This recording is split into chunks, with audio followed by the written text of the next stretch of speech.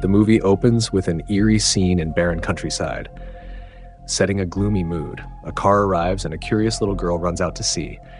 Here's a glimpse of an old, frightening man, later revealed as Longlegs, who says, "The almost birthday girl.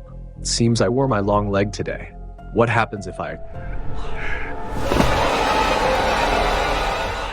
Welcome to another fascinating video. Today we're diving into Longlegs. Let's jump right in.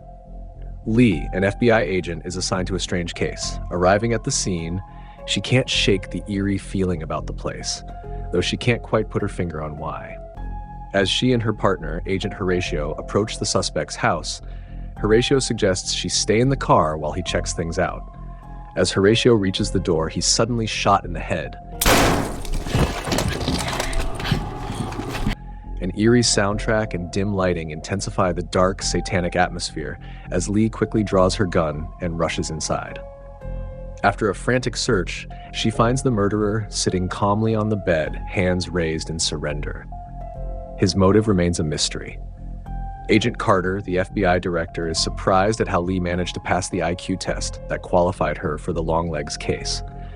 In the car, he explains that they've discovered 10 murdered families across 10 houses over the past 30 years, with only a handwritten note left behind each time, signed by Longlegs. Lee is stunned by this revelation. Her telepathic visions become more frequent and disturbing, taking a toll on her mental state. The investigation becomes personal as she becomes convinced she's somehow connected to Longlegs, and even Agent Carter starts to see it too. When the director realizes there's more to Lee, he takes her to a house with a wall covered in pictures and maps. He asks her to determine what happened and who the suspect might be. Lee is given a few days to complete the assignment. After thorough research, she presents her findings to the director, saying, "Well, there's no signs of forced entry. There's only the bodies of the victims, and they've all been killed with something. 2 times a shotgun, both legally registered to the father. Once a hammer from the family's toolbox. 8 times a knife from the family's kitchen." When Lee was a child, she experienced a life-changing event just before her birthday. Longlegs hunts children whose birthday falls on the 14th of any month, possessing them to kill their loved ones before taking their lives. Back in the present, Lee is still on the mission to catch Longlegs. One night, she comes home and notices something strange but brushes it off. While talking to her mom, she sees movement again, grabs her gun, and runs out, but finds nothing. When she realizes someone is inside the house, she rushes back and discovers a letter marked Longlegs, containing a handwritten note and a photo. The next day, Lee investigates another household where the entire family was murdered about a month ago. She finds a satanic symbol connected to Longlegs and the killings. Lee immediately informs Agent Carter, sharing her findings, and they decide to investigate one of the victims' apartments. When they arrive at the victim's apartment, they search the place and discover a casket containing a doll. They open it, but inside lies something they can't identify, even after showing it to the admitting nurse. Lee senses that something is terribly wrong. She has a flashback to her childhood, when Longlegs covered her face and told her she was used to darkness, then shrouded her in black cloth. "I know you are the dark." Another flashback reveals a little girl with long legs, hinting that there's someone he can't harm. Can you guess who that is? The next day, Lee and Carter investigate a child who seems possessed and has been calling out to his family members. The child claims he will obey Longlegs and commit evil if he is visited by him. This moment triggers a narration about how Lee lost her father during a satanic ritual linked to the doll designed by her mother. In a shocking turn, Lee learns that her father also killed her sister and mother. The director, intrigued by Lee's past, asks, "How did Longlegs know your name?" "How does Longlegs know your name?" I don't know, sir. He then sends her home to check on her mom's well-being. When Lee arrives, her mom tries to act strong and asks if Lee has been saying her daily prayers, to which Lee replies she hasn't used any of that. Before this visit, Lee's daily life is disrupted by disturbing flashes of violent images and an uneasy mood. These nightmares reveal themselves to be psychic visions, a key part of her character. During a meeting with Agent Carter, Lee shares her concerns about the case, feeling it's personally connected to her past. Carter brushes off her worries, urging her to focus on the evidence instead of the emotional toll. But Lee senses a deeper, more sinister force at play, not just Longlegs, but also a man who lives downstairs.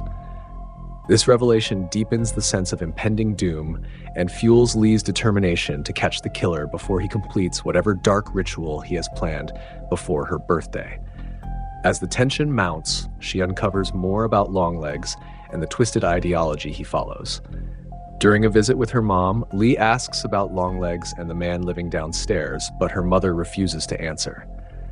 The next day, Longlegs is apprehended while trying to leave town, believing his work is finished. As he's taken to prison, he eerily recites what he told Lee as a child, the almost birthday girl. When Lee confronts Longlegs one-on-one, her psychic visions reveal more about his rituals, but now they include unsettling images of her own family. This prompts her to question whether her connection to Longlegs is just professional or if it runs much deeper. Lee discovers a shocking truth about her past. Longlegs employs the same occult practices for his murders that her family was involved in. Even though Lee has suppressed these memories for most of her life, flashbacks reveal that her parents were involved in dark rituals during her childhood. When Lee asks Longlegs about the man downstairs and his connection to a satanic cult, he is compelled to bash his head against the table until he dies, all controlled by an occult ritual in his mind. The final confrontation blends psychological and supernatural horror.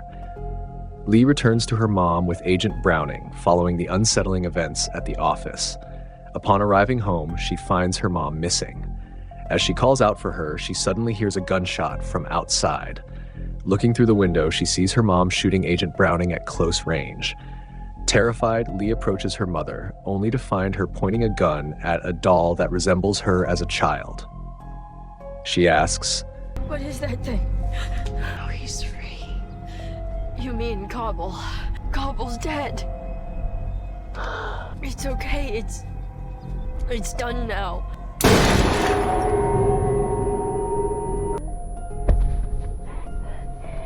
A chilling narration reveals how the doll entered the house, initially thought to be a gift from the church. However, it was actually a sinister offering from Longlegs intended to destroy the entire family.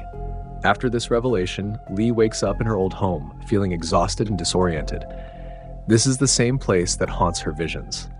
As she walks upstairs, she hears a phone ringing. When she answers, she hears Longlegs' voice on the other end. Panicking, she rushes to the garage and drives to Agent Carter's house. Upon arrival, she notices the car of the same woman who had previously brought a gift before her birthday. This woman also delivered a doll to Carter's daughter, who was about to celebrate her birthday. To Lee's shock, she realizes it was her mom. When Lee tries to explain the situation, Carter abruptly silences her and tells her to sit down, unaware of the impending horror. As Carter locks eyes with the doll, he becomes possessed. His wife casually asks if they should cut the cake, and Carter ominously replies that he will cut the cakes, signaling his intention to kill everyone. His wife remains oblivious to the danger until they move into the kitchen. In a horrifying turn, Carter murders his wife before emerging with a knife, ready to kill the rest. Lee shoots him just in time, but then her mother, now possessed, attempts to complete the ritual by attacking Lee. Lee is forced to shoot her mom as well.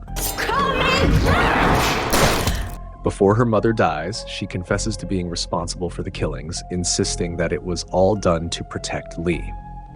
Determined to save the little girl and destroy the doll, Lee finds herself in a desperate situation when she realizes she has run out of bullets just as she tries to pull the trigger.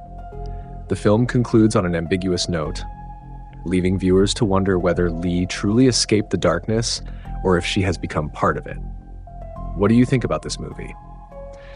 Does it have a satisfying ending?